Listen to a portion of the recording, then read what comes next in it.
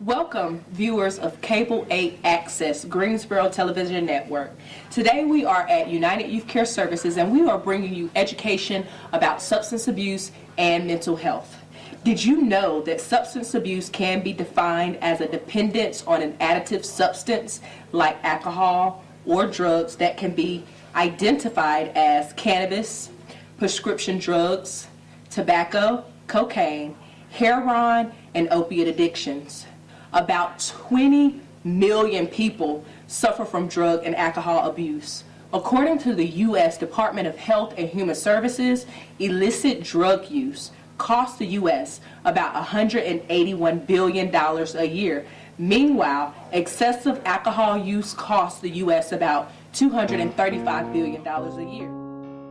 Hi, my name is Sandra Grace, and I am the Clinical Director with United Youth Care Services.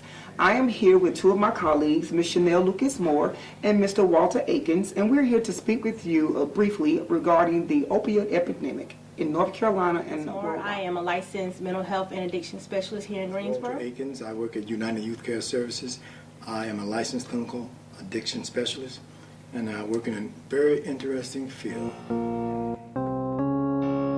Earlier, one of the things that we've noticed, the reason why, I wouldn't say the reason why substance use is such higher among children, but I think that it's increasing more because the prevention is no longer there. You know, when I grew up, we had DARE, and you would not dare do drugs. Like that egg in the frying pan, I remember that this is your brain on drugs. Right. And it's like, you know, back then you had those after school programs, you had so much more prevention, and now it's like what happened to that, our youth are just lost, they're just out there. Exactly. I can recall just as recent as 10 years ago where mental health services also included community support services, which were utilized as a service to provide mental health. Well, it was utilized as a service to assist consumers, whether they were adults or children, with behavioral problems or mental health issues. And encompassed with that, you were able to do a variety of things. You were able to do psychoeducational teaching, you were able to do counseling, and you did case management, you did linking, referral. You went into the schools. Yeah, you went out into the school systems, you worked with the parents and the child and the teachers in the school system, and I think that might have minimized a lot of issues that we are now facing. If you look at the crime rate in 2008, or I would say even the crime rate as well as the addiction rate from 2008 to 2018, I'm sure there would be a huge discrepancy. We don't have those wraparound services. I think everything that we're going through leads to another. If you look at addiction, how that addiction among our teenagers are actually leading to the crime rate, that's leading up to the death rate, that's leading up to the overdoses, and so on and so forth. I think all of it has a correlation. So the question is, how do we prevent it? It's a good question. Getting ahead of the game, and these kids are so knowledgeable now. They've got the internet, they've got schools, friends, their peers, and so they have easy access to the drugs. But I think if you'll find that if a youth was taking judo or martial arts or chess club, you are athletes, you would find less of them moving toward the drug use because they're taught to this body is beautiful, the mind is sharp. Chess, I taught a character education course at GTCC involving chess for the GED students. After one semester, they wanted it mandatory. The powers that be, everyone needs to come through this course, and but it was awesome to see them, the light come on, their thinking, their charging. That's prevention, and I don't see a lot of that. Kids are getting on the bus. Where are kids bullied at? 99% in school. Yep, in school. So our schools are not safe. Nope. For self-esteem builders, and I think a lot of individuals gravitate to the drug use. To fit in, to feel okay, and not really be bullied. It's like a little recruitment tool. Interesting story, if I have the time. I was teaching a group of men at A&T, the There were high school students that had been, it was the program Bennett College started, and middle college. And I had about 23 students, involving them in chess. And I asked them, how many of you have been arrested? No, how many of you have not been arrested? Out of 23 students, one hand went up. Wow. One. And they looked at him like he became the joke. You don't have any papers? You ain't never, what you Right. been doing? That's almost like a gang initiation. And I let them laugh, and you could see his self-esteem shrink. But when they finished laughing, I said, y'all need to take a good look at him. You need to get his name and number. Because in 10 to 15 years, he may be the only one in this room that I can vote for. And I saw his little self-esteem rise. Say, you may need a good lawyer. He may be that lawyer. So you may need to stay close to him. But they think that rite of passage has become going to jail, going to juvenile. A rite of passage for young. But where does that start, though? Well, in the home, fathers have been rendered almost irrelevant, and a lot of my clients, I'm not trying to indict anybody, but in my clients, fathers have been rendered almost irrelevant. In chess, the king is never to be removed from the board. If you are locked up, you have been removed from the board. Absolutely. You know, so queens are left out here to struggle and deal with children and come visit you and put money on your books every week. It's ridiculous. But I fought a lot of men, and the ladies don't run a man off. But a lot of men, we're taught to be responsible, and we're having babies by 3 or 4 different people, and it's the family is the root of all this here. No man, I don't care. I see men boys show up in court. If I see a man show up in court with a father standing beside him, That's commendable. Absolutely. Right. 9 times out of volumes. 10, it's his grandmothers, his mothers, his Yeah, aunt. absolutely. You're The 100% men right. have been, 100% accurate. show up in court, show up at the school, 2 or 3 men, they retire, just walk down the hallway, sign and put a visitor's badge on there, and see the respect level that little boys and girls will show you. Who is he? Who is he? Is that your dad? We're just here because we care. I agree with Walter. A lot of it starts in the home, and it seems as though the prevention has been thrown out as far as the state's responsibility and the government's responsibility. And since they're not taking in responsibility with prevention, now it just seems like they're just helping with treatment at this point. There's no more prevention with the after-school programs. There's no more prevention with the DARE programs. It's now, okay, let's put a little money over here to treat. So now we have to leave it up to the families, the parentings, to do their job. And, we see a lot of that here. Well, we have a lot of families here where the parents have used or they have the mental health issues, and now they're struggling, and now they're asking for help. So I'm glad that we're able to provide that services here to help these families. But I believe that as a community, that we need to be able to bring these families together and teach these parents on how to prevent their children from continuing the cycle at this point. I think the state has totally missed the boat. If you go and actually do an assessment on other states, like the state of Georgia and maybe out in Arizona and maybe out in Tennessee, North Carolina at one point I thought was on track into help preventing some of the issues that we're seeing. But we always talk about cultural diversity, and we always talk about meeting the clients where they are. Well, literally, meeting the clients where they are, in my opinion, means just that. Every client, no one client or no 2 clients are the same.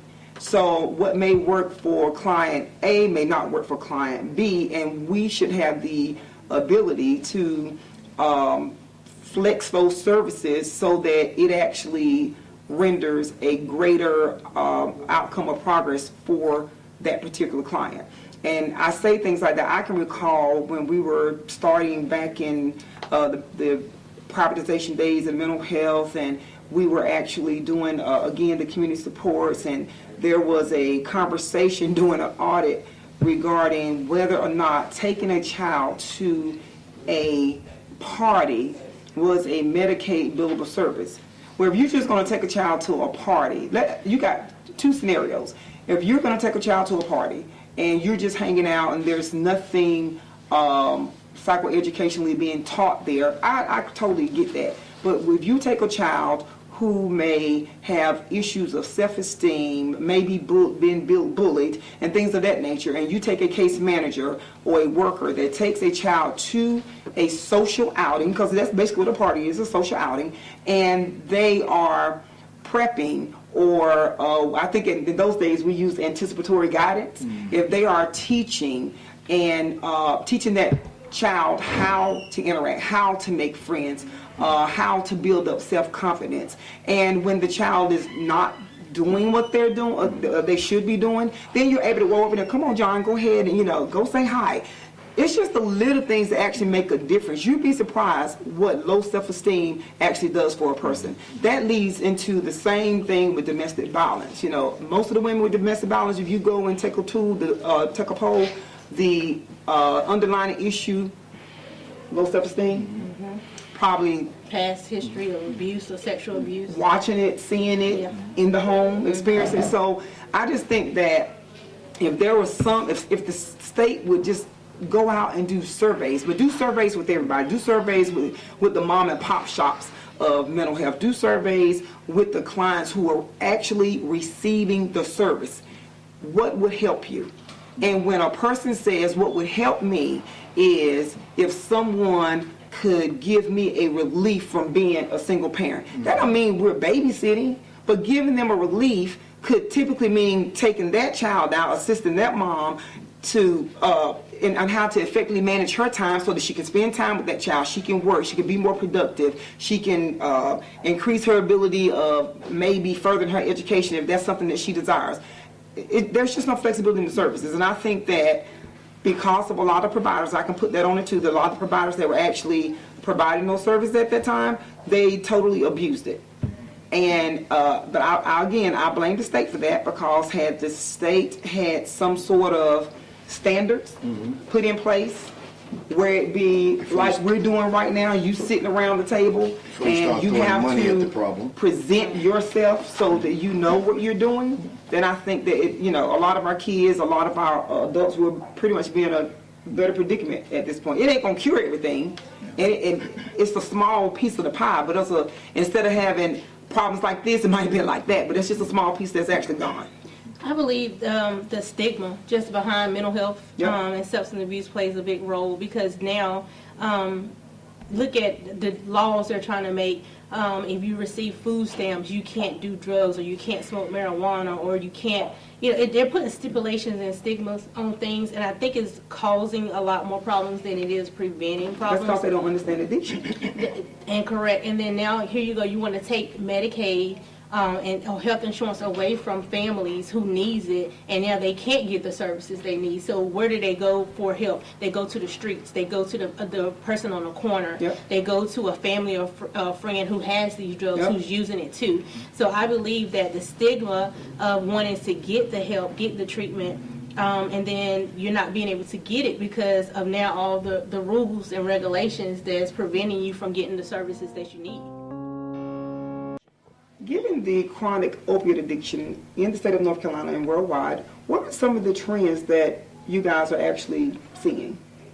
One thing I've noticed is the younger crowd are widely using these substances, and a lot of it relates to the music, it relates to the rappers, it relates to social media. It's cool now to do perks and mollies and to be high and go to school intoxicated, because that's the trend, that's what's going on. So I'm definitely seeing usage a lot in the younger adults. I'm also seeing the opiate use that has spiraled out of control due to the high prescriptions that has been given out here, not just here in Greensboro, but worldwide. There are so many people that are addicted to opiates due to being given them for such a long period of time, and now their body is going through withdrawals. They're rejecting other treatment, and so definitely the opiate crisis is an epidemic here in North Carolina as well as worldwide. Out of these kids, because we are force feeding them into stuff that we think that they should know. Right. They've said about a 5th grade level of math, you have enough math to become a millionaire. Just a 5th grade level of math. I mean, numbers are numbers. But we have these curriculums in school that you have to jump this rope, and in order to qualify for this and get, so and it's stressful, depressing, and that can create. Well, I need a drink. That you create stressful situations for students, and they go off to college unsupervised now. And my goodness, now their peers become their educators, believe it or not. That is true. Well, not to mention that if you end of second or third grade and you don't catch on quite as quickly as Lucy did, and then, you need an IEP. This child is slow, they're behind. And if you're hyperactive, he's ADHD. You need medication. Right. So it's starting at a young age, and that's because the lack of knowledge, the lack of understanding of what mental health is, and what's and just the cultural diversity behind it. Number one, because everybody does not learn the same way. Everybody doesn't understand how things are, and everybody's mental health symptoms are not the same. Just because you have bipolar and he has bipolar, don't mean you all have the same symptoms. I think that between the first and second grade, there should be a type of class that teaches a type of etiquette where young boys relate to young girls, young boys and girls relate to authority, the teachers. We're not getting that. And parents come over to the school when there's a problem, and it's too late then. Right. So there should be something to teach. When I was in the first grade, they taught us, we had a square dance, and I didn't want to hold no girl's hand, but we had to, and it was respectful. Parents came out, man, enjoyed it, and it was fantastic. I remember to this day the first grade, but we were taught and prepared how to do this, and on that night we performed. Right. And we talk a lot about prevention in the home among parents. You made a good point, and you made a good point regarding the issues that are highlighted in the school system. So what do you guys think about, because I think this is a brilliant idea, what do you guys think about, not necessarily the mental health system in the school, but every teacher, as part of their curriculum for their degree, should be made to take a course, some course in mental health or behavior psychology? That is a lot of the problems that we're actually having.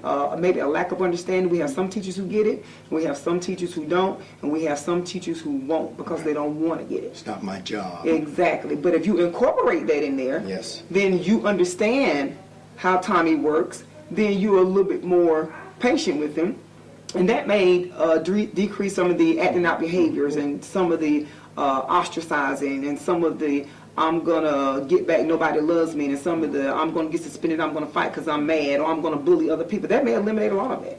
Well, taking from what you just said, as therapists, we all have to have continual education every year to maintain our license. Constantly. So I think that will work for teachers.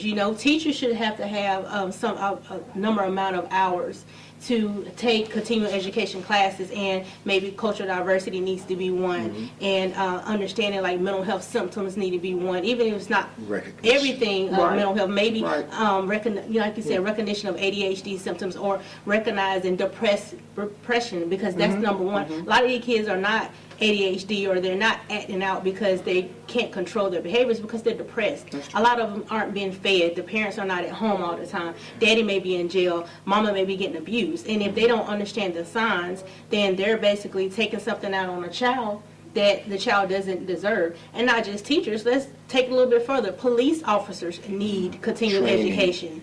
They need, in order to keep your job, you should have at least 10 hours a year of some type of training on cultural diversity or social mental coping health skills. Exactly. Ask the question, are you on medication? And someone will tell you, yeah, I ain't took my medicine in 6 months. Well, that gives you an ounce of knowledge that now you know. That's why you're acting like that. Right. What type of medications? Oh man, I've seen some things. We could talk forever about some of the things I've seen and been thrown into in this job. Individuals, ex-military. You need to know that. Is an individual have any background in wrestling? I screen my men. You like you box? You used to box? Yeah, I used to box. Okay, that's good for me to know. And I know I wrestled. That's good for me to know. And there are things that made us happy at one time can we go back to that? Well, I'm too old to wrestle now, but can you teach someone how to wrestle? Right. You know, That's can you coach? You know, if you can have knowledge inside your head, pass it on, and you'll be surprised at how rewarding that is, and how preventive it is for an individual. If I got to go over with some young boys, I can't go over there smelling like beer. Right. You know, so we got to get creative in our treatment process. And not only get creative, I think the treatment process should be extended. Right. Anyone that has any experience working with persons who are addicted to drugs and alcohol knows that, I mean, we always say, are you motivated? I stumbled 2 What's years. motivation? By the time you are engaging in a treatment program and honestly get your feet wet, you're just now beginning to get it. That could be 3 months, Yeah. but that's 3 months of services that you may not quite be getting. You may not be able to like let your guard down and start to trust, Yeah. you know, others so that you can express some of those underlying feelings. I think there's a misconception that consumers walk through the door and they have this chronic substance addiction, they have mental health symptoms that are all over the place, lack of family support, lack of finances, lack of stable environment, and they come through the door and we're supposed to fix it. It can be fixed, but it's not going to be fixed in a short No. period of time. That is a long-term problem that the state of North Carolina, we're putting a Band-Aid on it, and this is why you have such a high recidivism rate amongst the addiction population. You can get the body off drugs in 3 to 7 days. Getting the mind off drugs may take 2 years. Exactly. The mind, and so it's an ongoing process, lifelong. I've been clean 30 years as of the 21st of Congratulations. March. Congratulations. My goodness, 30 years, and I look at it, and it feels like one day. It feels like yesterday, because I remember, just like it was yesterday, Right. when I fell, the last time I fell, and I drew a line in the sand and said, God, that won't happen again. And it happened. It hasn't. But I have a process. When you take away a habit, you need to replace it. That I have noticed as far as trends is that the substance abuse goes right along with mental health. It's very rare that I see someone with a substance use disorder that doesn't have a co-occurring mental health disorder also.